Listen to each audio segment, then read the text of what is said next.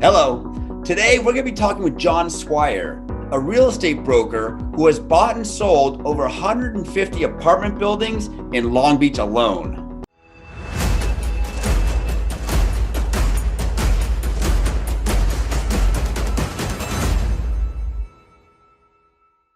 Jon, thanks so much for joining us today. Really excited to have you on the show. You are a wealth of knowledge in Long Beach. And you've sold over 150 buildings in Long Beach, and I think rehabbed over 1,000 units, if I'm right. So I was really hoping to talk to you a bit about that market and specifically what attracts you to the market in Long Beach versus some other secondary and tertiary markets. Yeah, sure, Chad. Thanks for having me on. Well, look, the first thing I think we should do is we should define the difference between a primary, a secondary, and a tertiary market. So a primary market typically would be like a primary infill location, someplace like Long Beach, someplace like LA, Chicago, San Francisco. Those are the primary markets in the US where there isn't a lot of room to build and develop. Okay, then you might go into a secondary market. A secondary market might be something like in the San Gabriel Valley outside of core Los Angeles. And a tertiary market might be something like 29 Palms. So Nashville, for example, right now is a hot place that people are looking to put their money. I was talking to a client earlier this week. They're moving money into Nashville. Nashville is what I would call a secondary market, okay? Certain population size, airport service, etc. You're in a secondary market. Typically, what I like to call is when clients leave a primary infill location like LA, typically what I call it is chasing yield. So I'll tell you, it's funny. I started in the market as an investor back in 01, and I started as an agent in 02. And in 2004, I ended up buying a bunch of units out in Lubbock, Texas. And Lubbock, Texas is what I would call a secondary market, okay? And at the time, I remember some of the senior agents who had been in the business for a while. I remember in 04, I'd been in the business for about 2.5 years at that point. I'd had a lot of success and I transacted a lot. And I think sometimes when those things happen in a short amount of time, you think that you know more than you do, but you just don't have the experience, right? You know, I've been in the business now as an investor for 20 years and as an agent for 19. I've seen and done a lot more things, so I understand things better than I did then. I had senior agents who are telling me, look, you know you're at the top of the market where you're getting close to it when money is starting to flow from LA into these secondary markets, into Texas, into Phoenix, into Nashville. And as we're filming this now in Q1 of 2021, I would tell you we're seeing the same thing. For the last 6 months, a lot of our investors, you know, my clients as well, are saying, hey, where can we find better deals? The cap rates that we're looking at in this marketplace, they're super compressed. Where can we get better yields? Where can we get better cash on cash returns? And look, I understand all those things. I'm an investor myself. Now, my investment criteria have changed because as you invest, the longer you invest, the more you shift from what you would call a wealth accumulation mode into a wealth preservation mode, right? And I'm in more of a wealth preservation mode. For me, I'm happy to hit singles and doubles, okay? If we were to use a baseball analogy, obviously everybody wants to hit home runs, okay? Right? We all want to hit home runs. Heck, we want to hit grand slams. But what I always tell my clients is when you start investing, especially if you start in your early 30s, heck, I started in my late 20s, if you can consistently hit singles and doubles over a 30 to 40-year investment career, you're going to kill it. You're going to become very wealthy. And if you mix in there a home run every now and again, guess what? Your returns are going to grow that much quicker. So a lot of the reasons that people are leaving the primary markets right now is because they're only finding singles. It's tough to even find a double. And they're saying, well, heck, I can go buy something in Nashville or St. Louis, and I can hit a triple. You know, instead of earning a 5 or 6% cash on cash return at Long Beach, I can earn an 8 or 9% cash on cash return. And look, I think we'd all agree, right? 8 or 9% is way better than 5 or 6. But the thing that I'm going to tell you that's most important is it's not what you earn, it's what you keep, right? I don't care how much money you made last year. I care how much money you took home. How much money did you end up having to give to Uncle Sam, or how much of the money you made did you keep from Uncle Sam? And one of the biggest benefits of real estate is depreciation, right? Depreciation allows us to shield our returns from taxes. Typically, the first 5, 6, even up to 7%, depending on how you lever the property, of your cash on cash could be shielded by depreciation. What that means is that I might buy a building in Long Beach and I might only earn a 6.5% return pre-tax, but after tax, I'm going to earn a 6.3% return. In Nashville, I might earn a 9% return pre-tax, which again, 9 is better than 6.5, but after tax, I only earn 7.5%. Now, I agree, earning a 7.5% return versus a 6.3% return is better. The question you have to ask yourself is, are you comfortable investing in a marketplace that you don't know, 2,000 miles from home, engaging a third-party property management company who you don't know? And if we're honest, probably doesn't have your best interest at heart, because you're one client who has 10 units with them versus, a client who might have 10 buildings with them. Yeah. So this is the main reason why you're still focused on Long Beach. You're saying not so much to chase yield, but if you look on the back end and during these market cycles, and you've got good appreciation on the back end, somewhere where you do have limited amount of sprawl that can happen, like these infill locations you're talking about, like Long Beach, they can't expand Long Beach anymore. You can tear down and rebuild, or maybe you can try to build up, but it's very hard to do that, and expensive, oftentimes cost prohibitive, which is really putting pressure on the demand, right? Well, look, I'll go back to my Lubbock example from 2004. Lubbock is one of these classic cities where if you think of the center of the city, it comes out in a ring, and around the city is the highway system, right? And inside the highway, it's reasonably dense. But outside the highway, guess what? There's land for days. Yeah. What happens is, as people start earning greater and greater economic returns, the developers say, hey, I want those returns. So what do? They build. Well, it's all basic supply and demand, right? The more a developer builds, the more supply we have. Now the question is, do we have enough demand to keep pace, right? If you have too much supply and not enough demand, think about it this way. When you have too much supply, if I'm a potential apartment renter, I show up to your building, you have 2 units for rent, but there's only one of me. Guess what? I can negotiate with you. If I have too much demand and not enough supply, 2 of me show up to your building to rent 1 unit. Now, all of a sudden, we're bidding against each other and we're bidding the price up. Yeah. So when you're in a core infill location like Long Beach, like Southern California, the reality of it is the whole world wakes up and wants to live here, right? They want to live here. They want to be part of our entertainment, our nightlife.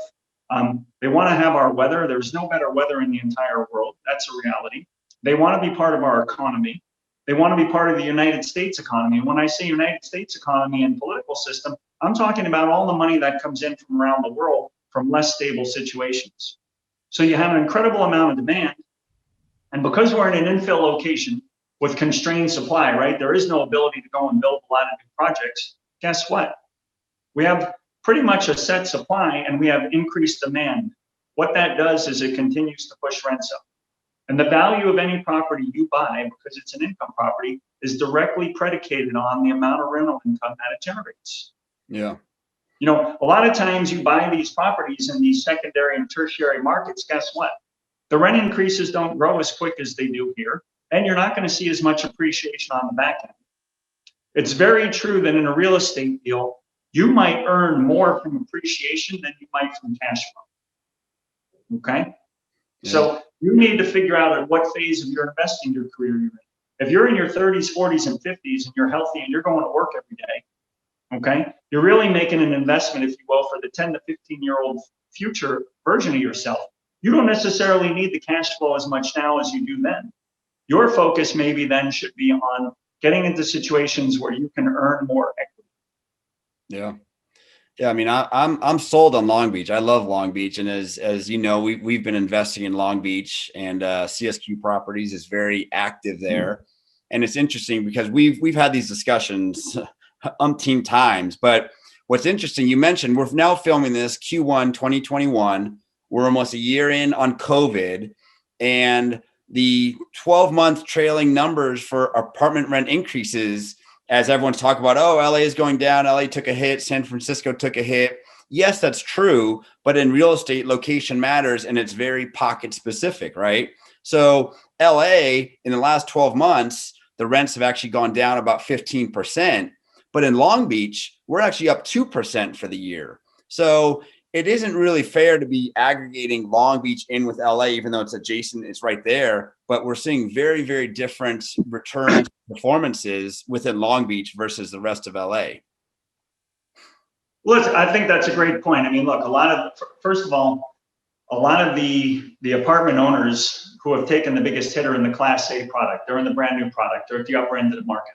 Okay. Yeah. A lot of the product that we own and we operate in Long Beach is what I would call Class C apartments, right? That we renovated to a Class B. So Class A apartments would be brand new buildings. Class C would be things built in the 20s, 30s, 50s, 60s. And renovating them to a Class B would mean we go in, which we do, and we may scrape the whole unit, update the electric, and spend $30,000 or $40,000 a unit to upgrade it. Now we have what we would call a Class B apartment. Okay, our renter base, if you will, is typically more economically inelastic because they're towards the lower end. We're renting beautifully remodeled one-bedroom units in Long Beach for $1,600 a month. We're literally 15 miles, 20 miles up the road in Santa Monica. That same one bedroom was renting for $3,200 a month. Yeah. That one bedroom might be renting for $2,800 a month in Santa Monica. But what we found over the last year is, yes, we've had our fair share of COVID issues. However, we've been able to rent those units quickly for the same amount of money, and in some cases, a few dollars more. Yeah. Whereas my friends who own apartments over on the west side in Santa Monica, they've been hit harder, where their rents have gone down and it's taken longer to fill. So it's kind of a double whammy, if you will. Yeah. You've got increased vacancy and you've got lower rents. Yeah. Not fantastic. No. So you've brokered a lot of deals, over $1 billion worth of transactions in the last 20 years. Certainly have seen your share of market cycles. What have you seen in terms of these primary, secondary, and tertiary markets as experienced through various market cycles? How do they perform? Sure. Look, people always ask, hey, am I better off investing in Beverly Hills or South Central? Which is going to appreciate more? What I would tell you is this. From 02 to 07, South Central appreciated as much as Beverly Hills did, but it appreciated slower. And when the market turned, it lost that appreciation quicker. So the Class A areas are going to always go up faster, and they're going to hold their value longer in downturns. But, you know, back in 2002, I might have bought a triplex in the hood, right, in South Central for $250K. In 07, it was selling for $600,000. Wow. So it was up almost 3x. Yeah. So it's not that those areas might not appreciate. Now, again, this doesn't mean that we're seeing the same appreciation everywhere. You know, we're filming this right now from Los Angeles in Q1 of 2021. There are markets in the US right now, real estate markets that are going crazy. The residential market in LA is going crazy. There's other residential markets in the US that are on the downturn. So like you said, it is pocket by pocket, it's geographical. You got to pick your spots. One of the reasons that I love Long Beach, right, is the underlying fundamentals. It's on the water. It turns out they're not creating any more ocean. It's a beachfront town. The town is way worse than it should be, okay? Any beachfront city anywhere in the US should be pretty nice. It's on the water. We have an amazing climate. We have over $8 billion worth of redevelopment going on there. Long Beach, 20 years ago, when Snoop Dogg was talking about the LBC, it's what I would have called a C-D area. 10 years ago, Long Beach was a C area. 5 years ago, Long Beach was a C+ area. Now, Long Beach is a B- area. Downtown is becoming a B+ area. And I would argue that in 10 to 15 years, downtown Long Beach will be like downtown San Diego, and it's going to be an A location. And those are the places you want to buy, because that's where you're going to see the most explosive rent growth. You know, if you buy in Beverly Hills, guess what? Beverly Hills is fantastic now, and there's every reason to think it's going to be fantastic in the future, okay? So that doesn't help me. The only place that Beverly Hills can go, if we're honest, is down. There's nowhere up for it to go. Long Beach, it's blue sky. All it can do is go up. That's the kind of place I want to invest in, okay? Yeah. So that's what I'm looking for. The other thing about Long Beach, and this is, again, you know, it just depends by region. We don't have any rent control in Long Beach. We didn't for years. Then they overlaid rent control in the whole state of California in 2020. But even then, the rent control in Long Beach is the least restrictive in the whole state. We can still raise rents by as much as 8.3% a year, which, if we're honest, is a pretty big rent increase. There's very few areas that could absorb an 8.3% economic rent increase in a year. That's the equivalent of taking a tenant who pays $1,500 a month up to $1,620 a month. Okay, so for those reasons, I love Long Beach. Does it mean we're going to stay in Long Beach forever? No. When I started my career, the first 10 years of my career, I was doing stuff in the Valley, the San Fernando Valley. Okay, we're constantly moving around. We're constantly looking for, if you will, the next Long Beach. The biggest question I get from investors, from my clients, from students is, John, where's the next Long Beach? I don't know yet. I'll let you know. You guys can follow Chad and I into that market. Yeah. So that brings up a good point, because investors are always looking for that next big upswing. What are some of the KPIs or metrics or indicators that you look at and work with as a broker that would help to indicate which areas might be on the upswing? Well, look, the first thing you got to do is you got to pick a location where there's enough transaction velocity to make money. Okay. I remember when I started out in this business, I lived on the west side of LA. So I figured, hey, let me sell apartment buildings where I lived. And my senior agent at the time, Jeff, he said, I want you to do something. I want you to go pull sale comps for the last 12 months in the Valley and on the west side, and then we'll talk tomorrow. So I go and I pull the comps, and he says, what did the comps tell you? Well, the comps told me that there were 5 times as many transactions in the Valley as there were in Santa Monica and West LA. Well, as a broker, you need to be where there's transaction velocity to make money. But as an investor, it's the same thing. The people in Beverly Hills and a lot of these A areas typically tend to hold buildings for 20, 30 years or more. You want to find a location where there's a lot of turnover so you can insert yourself into as many transactions as possible to make money. The more opportunities there are to buy, the more opportunities there are for you to pick something out. If you decided, hey, my investment thesis is I only want to buy in Santa Monica and my price range is between $2 and $4 million, guess what? In any given year in Santa Monica, there's maybe 15 apartment buildings that transact that meet that criteria. That's like a little bit over 1 a month. And if none of them are priced well or work for you from your hurdle rate investment criteria, guess what? You're not going to be able to get into the market. Yeah. So the first thing you need to do is find a robust market. The second thing is, for me, I kind of look at the market and I've decided that, hey, I want to operate in C+, B-, B locations. I'm fine with B+ locations. I'm not dying to get into an A- or an A location because the yields are so compressed. Now, as I get older and I've invested more and I continue to shift further and further into a wealth preservation mode, I might end up in those A areas. You know, I have a client of mine, he's worth $500 million, $500 million. Does he need any more money? He doesn't need any more money. What his main goal is, his investment thesis is, how do I protect the value of this portfolio? So for him, being in higher, areas, being in A- A areas makes more sense. For a lot of the investors that you and I work with who are starting out, they want to generate more cash flow. They're better served to invest in a C+, B- location that's on the upswing, that has a good underlying story that you can tell people. Yeah. Yeah, makes a lot of sense. I'm glad you're staying sharp and watching these indicators to see where we're going to be investing with next. But I mean, Long Beach has been great. It's still, I don't think it's really well known, I guess, around the country with investors. You don't hear it pop up much, but it's been a solid performance. And when you drive through that town and you see the construction that's going on, I mean, you mentioned it earlier, $8 billion worth of development going on right there. There's a lot of stuff going into Long Beach, and it is exciting as an investor to see it change and to be a part of that. The front side of the wave is really exciting. So let me ask you this: we're talking about yield and cash flow, cap rates. Maybe we could talk a little bit about the value add deals that we're doing and the changes that we can make in NOI and how that's going to perform for the investment when it comes to a larger cap rate sale versus a compressed cap rate sale, and how that's creating value.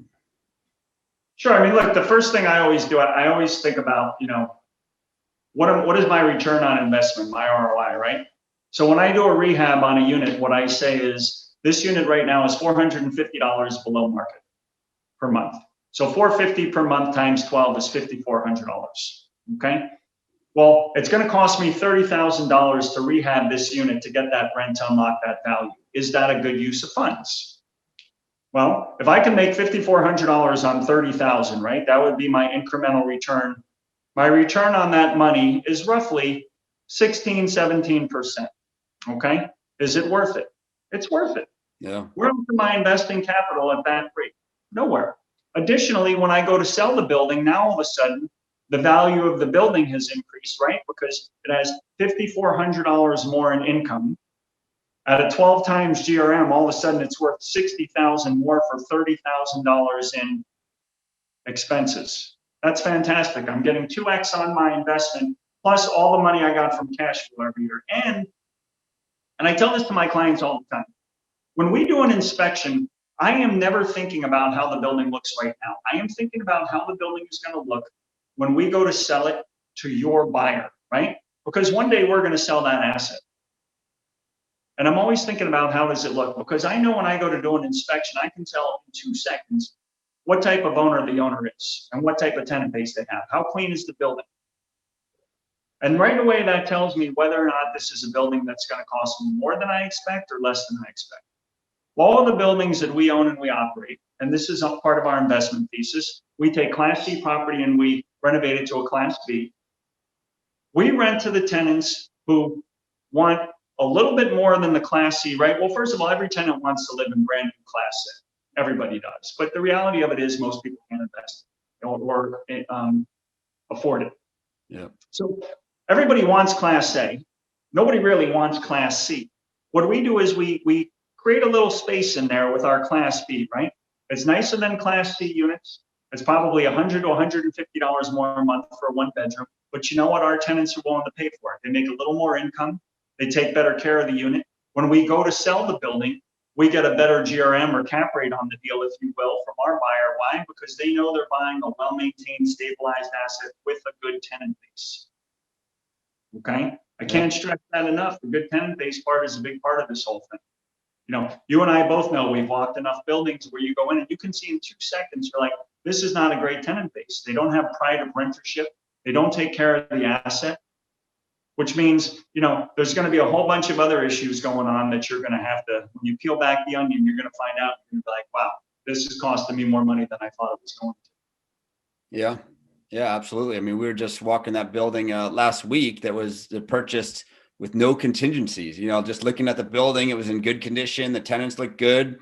And right now it's still very much a seller's market. And that was bought with no contingency. That's pretty common now. Well, listen, I try and always, it's all about setting expectations for your investors, for your clients, for your renters, for everybody. My clients understand that we're going to take care of our properties in a certain way. We're going to spend a certain amount of money on CapEx to make them nice. And then we're going to spend a certain amount of money on maintenance annually. So we don't have a bunch of deferred maintenance. Yeah. It just depends on what your thesis is, right?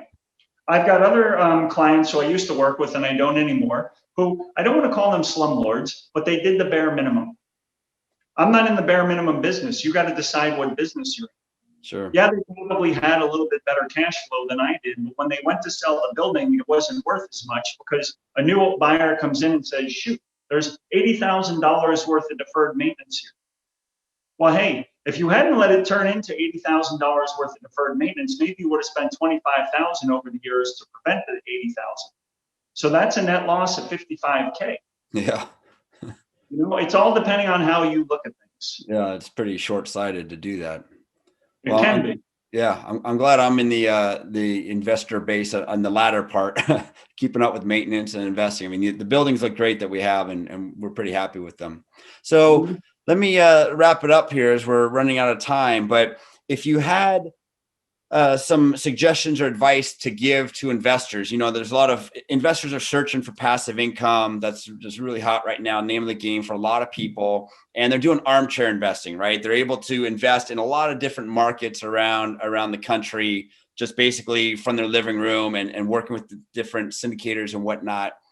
What do you suggest for an investor who's looking like big picture, 10,000 foot level? Okay, do I want to invest in Los Angeles or do I want to invest in St. Louis, like looking at these big picture, different markets, like what are the main things that they should be considering as investors when they're just looking at what geographical market to invest in? Look, I can't stress this enough. Most of these people who you're referring to are not going to take direct ownership. They're going to be part of a syndicate, right? Because they probably don't have enough money to buy their own building. So if they're going to be part of a syndicate, I think the thing that matters most is the syndicator, the principal behind the deal, and whether or not you're comfortable and trusted. There are tons of syndicators running around doing tons of different things. I have a number of clients who are syndicators. And the reality of it is, and you have to ask yourself this, do I trust this individual? Okay, first and foremost. Then if you trust that individual, then you go to the second level, which is, okay, they're presenting me this opportunity. How do I feel about this market?